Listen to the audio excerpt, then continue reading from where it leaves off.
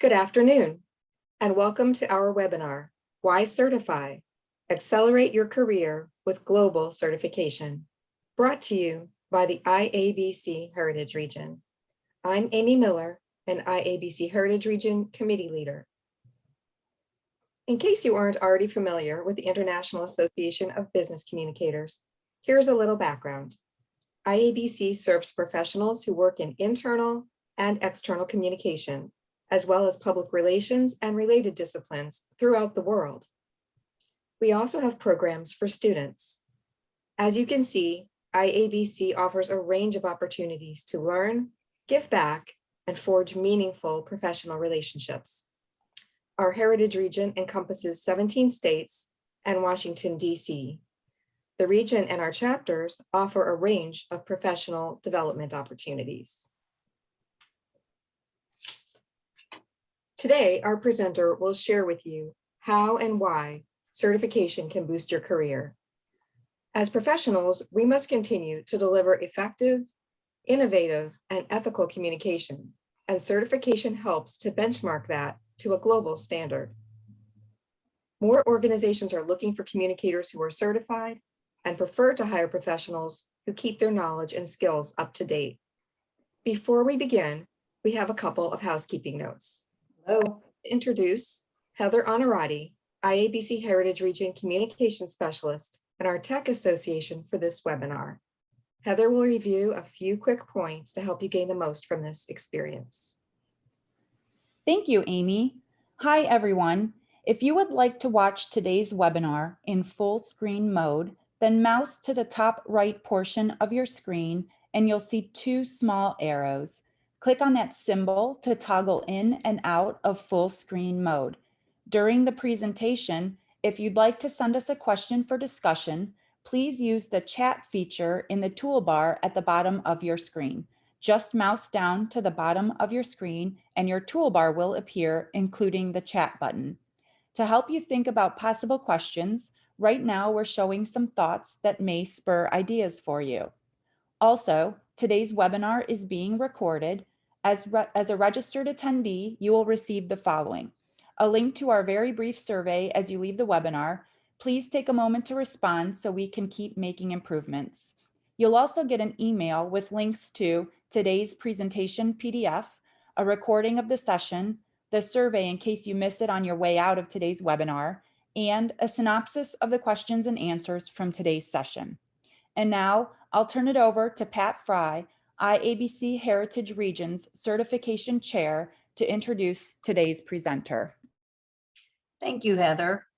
It's my pleasure to welcome Deborah Hileman, SCMP. She has been president and CEO of the Institute for Crisis Management since 2014.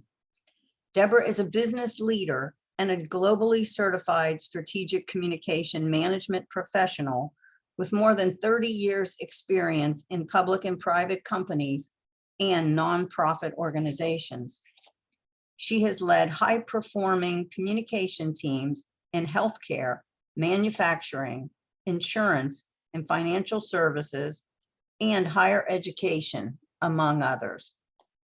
Known as the voice of calm in the midst of chaos, Deborah has earned a reputation as a trusted strategist and advisor to C-suite executives, operation leaders, and other organizational stakeholders.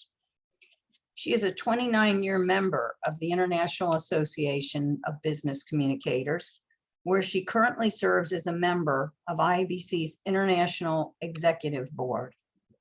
She's a past chair of the Global Communication Certification Council. And now I'll turn it over to Deb. Thanks, Pat, and I appreciate your patience, everybody. The group knew I was waiting for an important phone call, and believe it or not, it just came through, so I will be with you momentarily.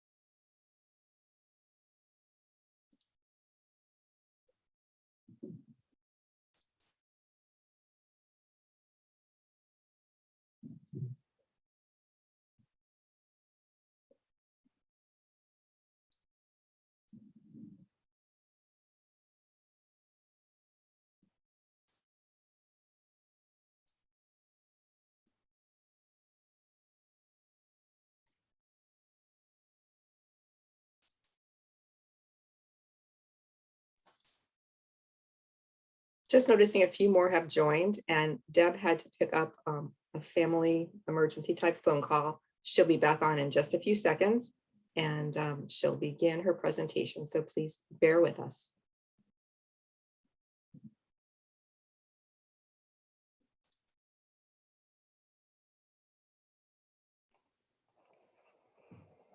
Again, my apologies, everyone. I've been waiting all day for a call related to my elderly mother, and wouldn't you know, my phone rang just as we were getting started. So please accept my apologies. And thank you, Pat, for that great introduction. I sure appreciate it. Just a little bit about myself. I've actually been globally certified for about 5 years now. I was really excited when IABC introduced this program several years ago. It had always been a personal goal of mine to earn a certification or accreditation, and I just never quite was able to make it happen until this program came along. So I was an early adopter, one of the first people to sign up. I earned my CMP, and then 1 year later earned my SCMP certifications. So a little bit about the GCCC, as we call it, the Global Communication Certification Council, was created by IABC to promote a common global understanding of what constitutes professionalism and competence in communication. And that's something, in my opinion, that's been missing from our profession, a consistent, objective benchmark of strategic communication excellence. Certification is really a way to stand out from the crowd. If you want to elevate your value and your visibility, then you need to get certified. As I like to say, certification builds value, value builds influence, and influence gets results.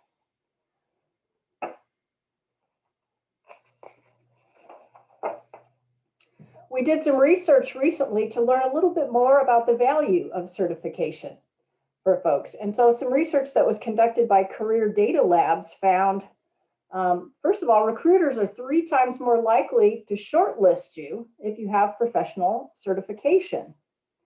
And for those of you who might be thinking about certification for your teams, it also demonstrates to senior leadership that your communication team is highly trained, credentialed, and prepared to support key business strategies and initiatives.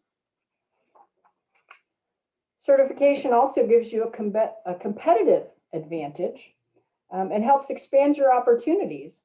The survey found that more than half of certified professionals were promoted within the first 6 months after earning their certification.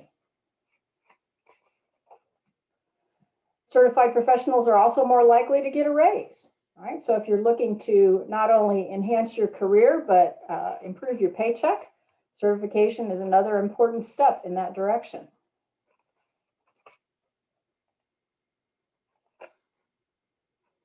And overall, what we found is both women and men who have a bachelor's degree or higher and certification earn about 18% more when compared to their peers who have degrees but no certification.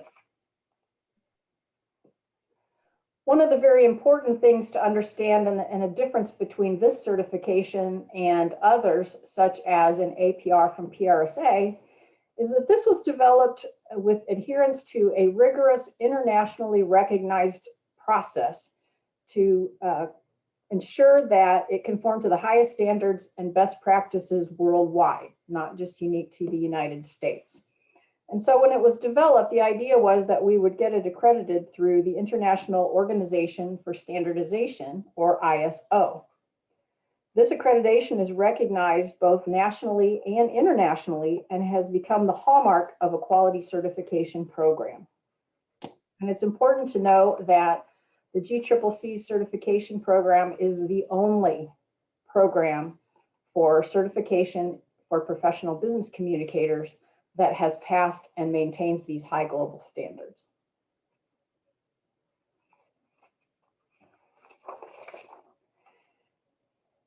The certification program itself is based on IABC's global standard, and there are 6 elements to our global standard.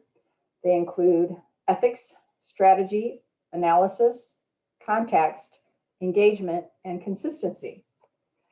For example, ethics. Communications professionals adopt the highest standards of professional behavior. They always communicate with sensitivity to cultural values and beliefs. act without deception and in accordance with the law, represent the organization truthfully, fairly, and accurately, and adhere to the IABC Code of Ethics.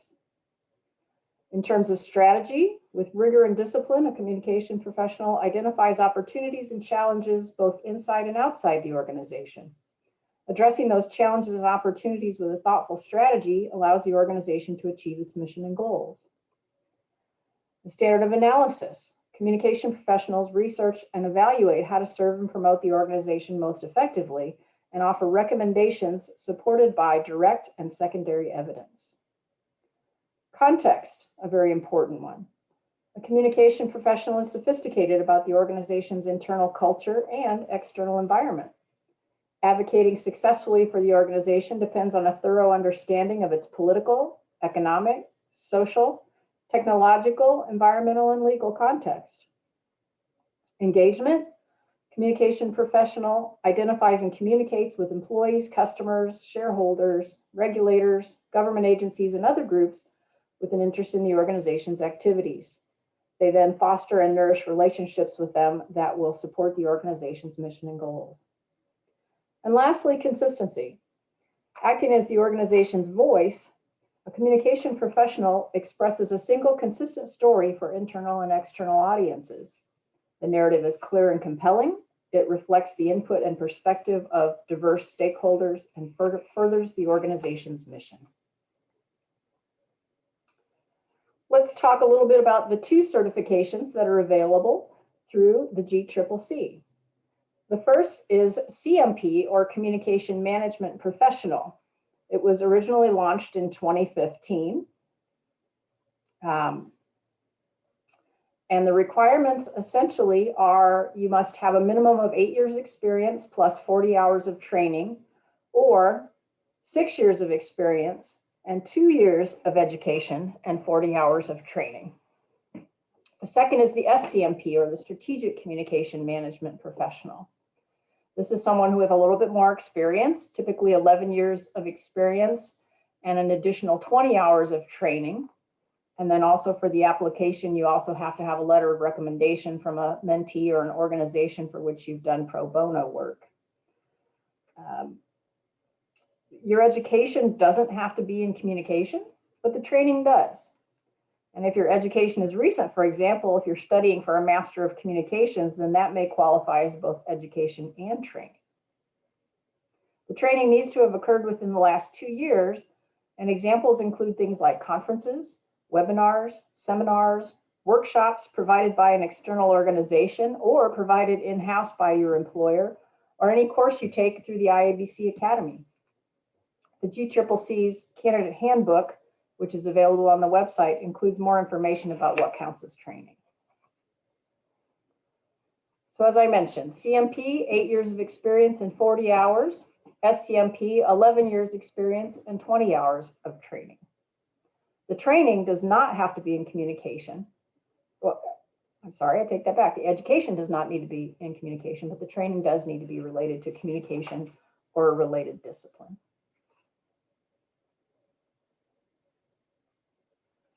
What counts as training? A variety of different things. Skill-based courses. They can be 4-credit courses at universities, non-credit courses, workshops, webinars. They can be free webinars or paid webinars.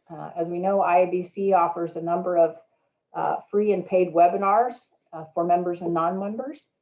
In-service trainings that may take place at your place of employment. Self-paced online training courses are acceptable if you can verify them, for example, with a certificate to prove that you completed the program.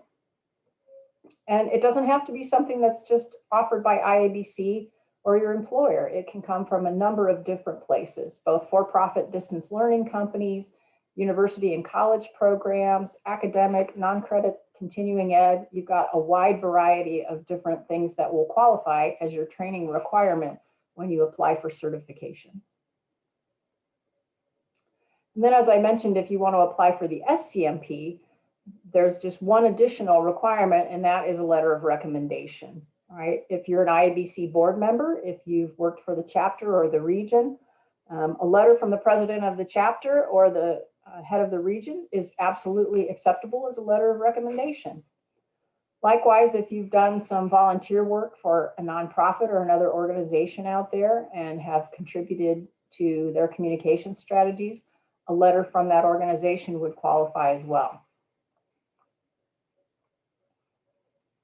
So what's the test all about? Well, for the CMP, you're going to be measured against 5 domains. And what you see here on the chart on the left is the actual percentage of questions on the test in each one of these areas, these 5 domains. So the test is 100 questions. You'll have 36 regarding strategy and engagement, 21 on research and analysis, 7 on ethics, 20 for measurement, and 16 under consistency and strategic implementation. Again, these all tie back to those 6 domains of the global standard. If you're sitting for the SCMP exam, you're going to be measured slightly differently. Strategy development becomes an important piece at 19, 20 questions on management, 23 on advising and leading, 18 for reputation management, 10% for ethics, and 10 for innovation.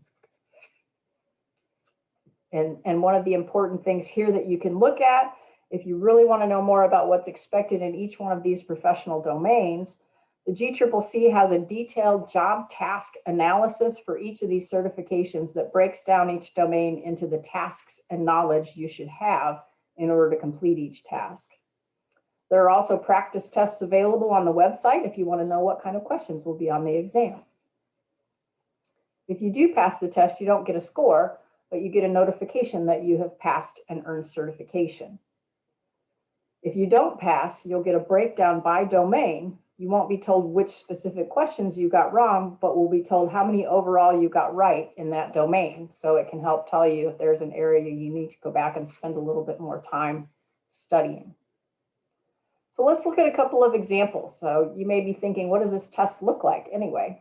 Well, let's look at a couple of examples. So here's a sample question from the CMP exam. And again, these exams are 100 multiple choice questions. There is no essay, no interviews, none of that. It is simply a straightforward multiple choice test. So here's a sample.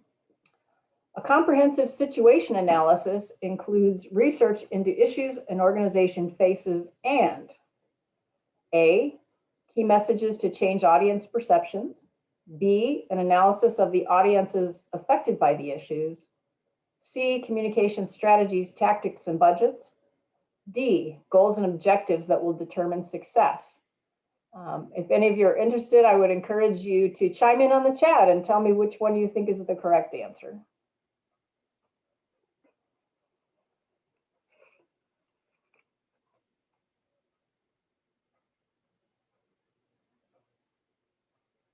Okay, lots of bashful test takers here.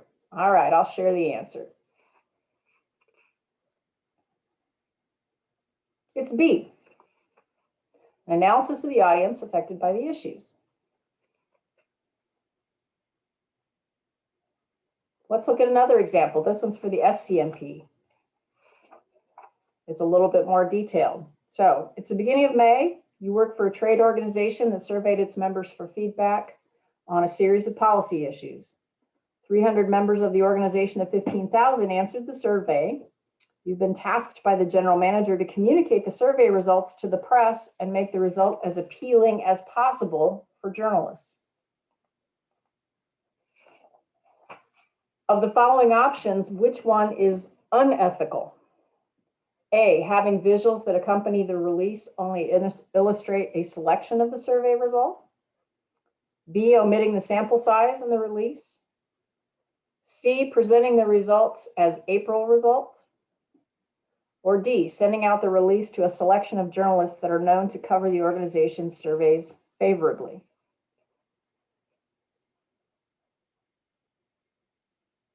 Again, if you would, type your answer in. Thank you, Pat. You're absolutely correct. C is the unethical option here. And the reason being, we previously said that it's the beginning of May. So we need to present these results as May results, not April results.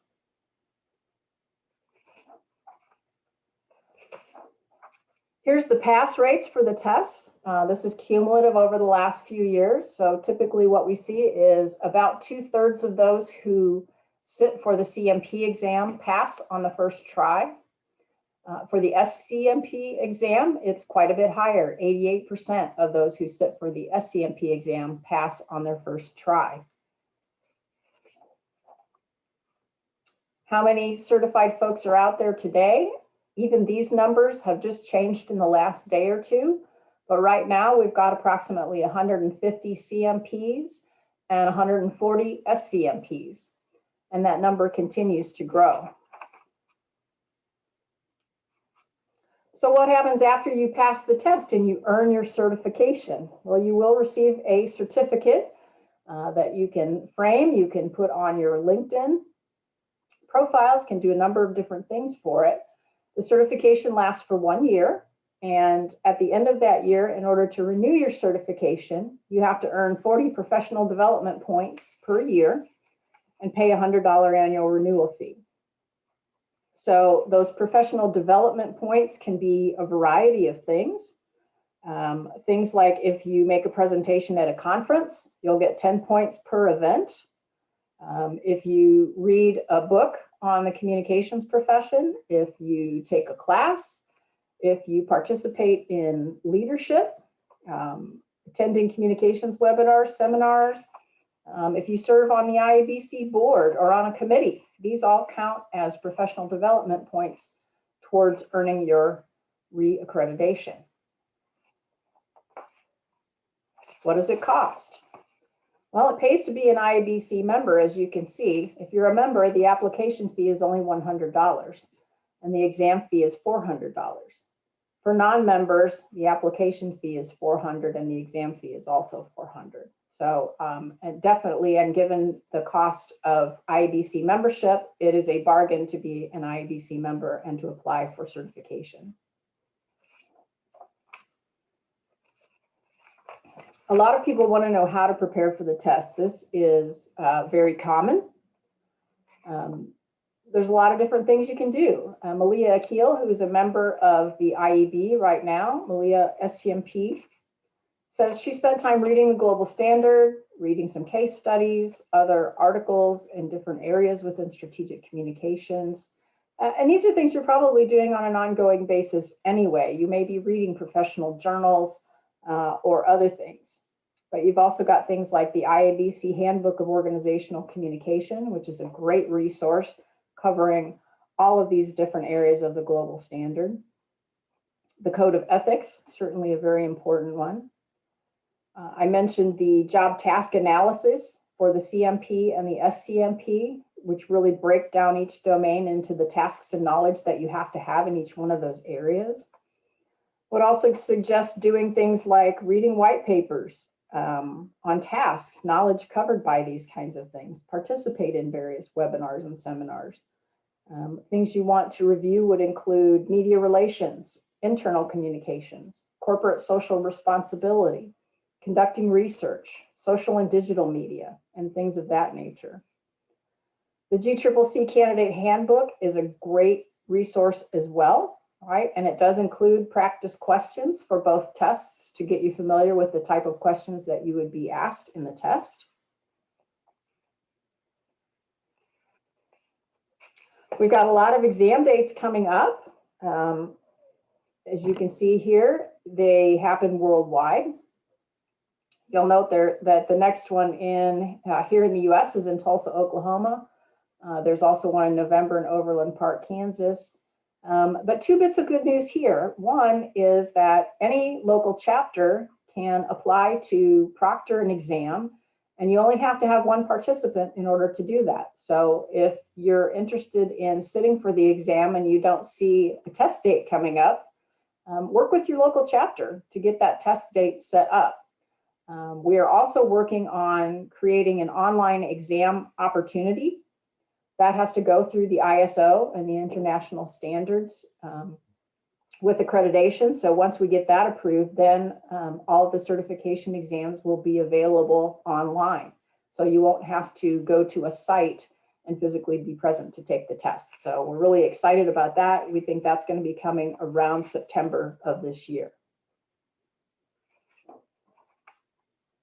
So what's your next move? Well, if you're ready for certification, the first step is really figure out which one is right for you, right? So look at your experience, look at your current career level, and look at your knowledge and skills. And if you're an IABC member, talk to your local chapter. Talk to Pat Fry. She is your region certification chair. And once you've decided which one's right for you, then you'll have to submit your application and your application fees. Your application has to be approved by the GCCC before you can register to sit for the exam. In your application, you'll need to provide details of people who can verify your employment history and training. With regards to employment history, that doesn't have to be your direct manager, just someone who can verify the details that you provide. It's a good idea to contact those people and give them a heads up that you're including their details in your application. Once your application's been verified and accepted by the GCCC, you'll be notified within 30 days whether you are approved to sit for the exam. If you're eligible to sit for the exam, you will have 2 years from the date of your application approval to take the test.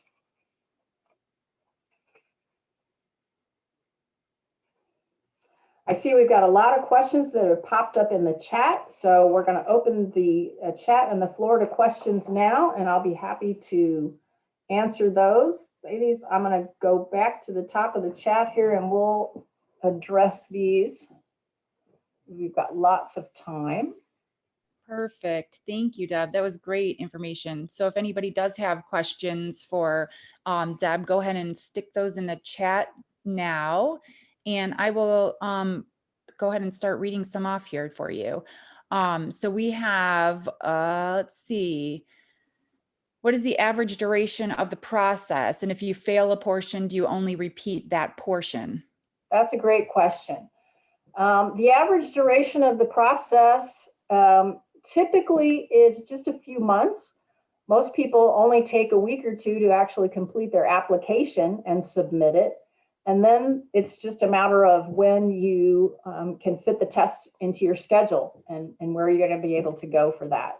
But that's why we provide 2 years to sit for the test after you've been accepted, because we recognize that right now there aren't lots of places to take the test. But once the online option is available, and again, that'll be available a little bit later this year, you'll be able to take the test anytime, anywhere. Great. Okay. If you fail a portion, do you only repeat that portion? No, if you fail, you have to retake the entire test. Okay. And I believe you can retake the test twice in a 2-year period. Okay. And you talked a little bit about resources for studying. I know there's a few questions about this. One was, can you talk about how to prepare for the exam? And another one was about how long should I expect to be spending on preparation for the exam? Great questions.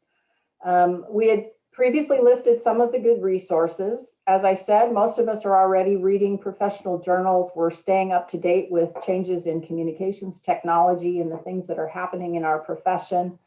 You may have a favorite textbook or two that cover all these fundamentals, but really focusing on those 6 domains of the global standard and the things that are provided on the GCCC website are going to help you understand where you might need to beef up your knowledge or even your experience. For example, we don't all do the same kinds of jobs. You may have an external relations job doing media relations and not really do employee communications. Therefore, you'd probably want to spend a little time boning up on employee communications, because these exams really are very generalist in nature. They cover all different aspects of professional communications. So if you are in a very narrow specialty area, you're going to want to work on your knowledge in those areas that are outside your area of expertise. Okay. Okay, so I'm bouncing a little bit around on here because I'm going to follow up on some of the comments that you've made with some of these comments. So this is more of a comment. You've encouraged us to find outside resources to study for this test. I just Googled principles of communication and found reputable sources claiming there are 4, 5, 7, and 9 principles of communication. I bring this up because your 4th CMP sample question could apply to this. Even a well-meaning and studious person could get this question wrong without knowing your framework source. So I'm wondering if your low 66 pass rate on the CMP may be because of this lack of detail in the handbook or online. Well, that's an interesting question, and one that actually hasn't come up. The pass rate, the 66% pass rate, honestly, I can't tell you why, because I haven't seen all of those tests myself and the people that passed or didn't pass. But what we've typically found is the people that did not pass the CMP, the area that they most commonly were lacking in is the area related to strategy and execution. Most people who sat that test did very well in the other areas, but fell short on strategy and execution. That's the best information I have there. Okay. All right. And can you clarify the experience requirement? Do your past job titles need communications, quote unquote, or can it be the content of the job? For example, worked in a COO role, but was responsible for business communications. Does that count? It should, yes. Okay. Good. It's really about All the right. work being done. I mean, we know job titles are all over the place these days. And so really it's more about the responsibilities of the role. All right. And is that documented somehow that everybody, I mean, or is that part, you know, I mean, how do you document that to show? Is that part of the application process? It's no different than a job application, to be honest, right? You're going to say, I had this Okay. job from this date to this date, and provide information about a contact person at that company that can verify that. It might just be the HR department. Okay. But very similar to a job application. Okay. All right. How long until you find out if you've passed the exam, in person and online exam? The in-person exam, typically you find out in a matter of just a few days whether or not you've passed. With the online exam, my understanding is that you will know as soon as you complete the test whether or not you passed. Okay. What areas or questions on the SCMP tripped up the most test takers of that exam? I think you were talking about the strategy aspect, but maybe this person wants a little more detail here. That was the strategy piece was true of the CMP. I don't know which questions tripped up most of the SCMP test takers. Okay. Okay. All right. I'm going to bounce back up here. How about, we've talked about the preparation time. What is the average duration of the process? If you fail a oh, you already, I'm sorry. Do that. I'm bouncing back and forth here. Is the exam scored by sections and you must pass each section, or is it scored on a total? It's scored on the total. Okay. But if you fail, then we'll be able to come back and tell you what your score was in each section, so you'll know which area you might need to spend more time in preparation and study in order to sit the test the second time. Okay. All right. I'm interested in the CMP certification, but running into problems figuring out how and what to study. I see the job task analysis in the GCC handbook, but it is extremely broad. I even purchased a year-long pass to IABC Academy, but there's only a 4-class training path labeled CMP refresher. Can you point to more resources?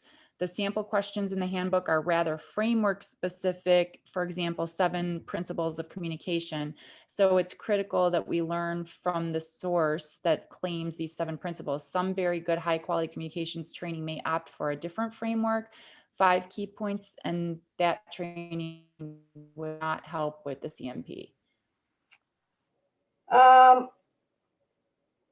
guess my one piece of advice here would be don't overthink 5 versus 7 versus 9 principles of communications. This really comes back to your experience and your training and the things that you know and do in your day-to-day job. I would be more than happy to talk to anybody offline. Happy to provide my email, my phone number, and as I've sat both tests, and I'm probably, I think, one of the only SCMPs that actually earned my CMP before my SCMP, I would be more than happy to chat with you about these things. But it's really not about how do I put this? Training to the test so much as an objective measure of the things that you already know, right? What are those common sense skills about professional communication that you're implementing in your job every day? Okay. All right. I think if anybody has any other questions, I think we've covered most of the questions in here that have come up through the chat. There's some that were duplicated. So I think we covered most of them. I don't know if Deb, if there are questions that you get frequently that maybe we didn't cover here. I can add a little bit more because we did have several people ask about how to prep for the test. One of the things that your chapter may be doing, or you may want to organize within your chapter, if you have 2 or 3 or 4 folks that are interested in certification, is form a study group, right? And work together to prepare for the exam, right? Then we've got, how can we find classes that give credit? It's very, very broad, the different kinds of programs, and each one is evaluated individually as to whether or not it will give you credit towards certification. So there's no laundry list of courses out there that have been pre-approved as qualifying for certification. There's quite simply too many of them out there, literally thousands of different programs. And so that's why typically if you were submitting information about a training program, you would provide a copy of the agenda or the syllabus so that the GCCC can assess the content of the training and determine whether or not it is applicable. Okay. If you don't pass, can you retake? Yes. You do have to pay the test fee again. You only have to wait until the next exam is available that fits your schedule. And as I said, I believe you can retake it up to 2 times in 2 years. So I'm scrolling through the chat myself. There's a new one here that says, do you think there is value in obtaining the CMP prior to the SCMP? I do.